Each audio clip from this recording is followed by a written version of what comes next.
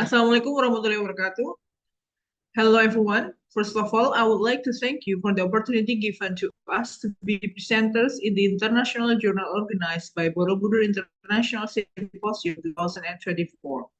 Secondly, I would like to introduce our first author, Apotheker Yudi Ariana Pertiwi, MM from Alirsat Cilacap University. Second author is Dr. Apotheker Kintoko, MSc from Ahmad Dahlan University. The third author is Professor Dr. Sulianto SA, Magister Management from Sudirman University. And the fourth author is Nursanti Yogawati, MPD from Alirsat Cilacap University. I would like to break in this presentation into the following fields. First is about background of the problem. Second is about methods. Third is research result. And lastly is conclusion. Background to the problem.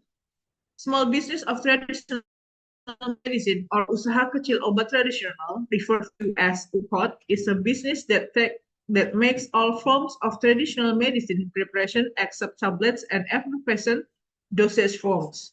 UKOT can only be held by business entities that have business license by provisions of laws and regulation.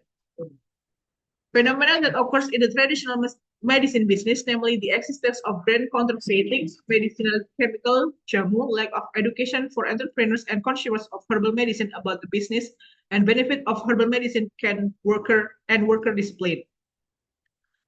Cilacap Regency, located in Central Java Province, is one of Indonesia's largest herb producers. It is recorded that Central Java has traditional medicine manufacturers. The effect of pharmaceutical production activity, especially the production of herbal medicine, will be quality the environment. Indonesian Food and Drug Authority, called BPOM, has handled Cilacap serious problems with medicinal chemicals. And even though efforts to pick up the ball have been carried out, it needs more serious simultaneous attention to embrace them. The method of this research is a qualitative research with a case study approach. A qualitative approach is used because this research is carried out to understand the meaning behind visible data and to understand social interaction. Through a qualitative approach, it is hoped that there will be an understanding of the visible data and conflicts that occurs in the UKOT in Cilacap Regency.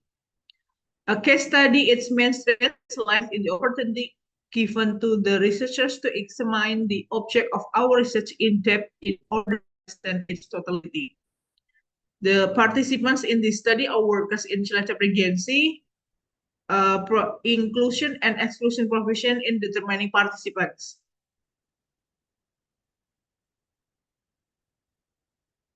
The informant characteristic from the research and result is age. From the perspective of human resource, age is factor that needs to be considered in employee who works for a company because employees of productive age will be better able to carry out activities. The majority of informants are female, 84.21%, with ages between 18 until 30 years old. The largest group of the male informants are aged 46 until 59 years. The next is the education level. The level of education will change attitudes and ways of thinking for the better. 47.37% of informants have a high school education, followed by 36.84% with a bachelor degree and 15.79% with a diploma. The working period or work experience and position is related to the employee as a length, number of years of the employee to serve the institution. The working period can affect performance both positively and negatively. 89.47% of informants have 1 until 5 years of work experience. 73.68% are at the lower management level, 26.32% at the middle level, and 15.79% at the upper level. But the factor causing conflict, communication is one of the biggest factors. It is how a person interacts with others. If communication is not established properly, of course, it will cause problems and trigger conflict. The second is the lack of cooperation. Goals will be constrained due to the lack of cooperation between team members. Conflict usually occurs when two members of organization cannot cooperate because of hostility between them.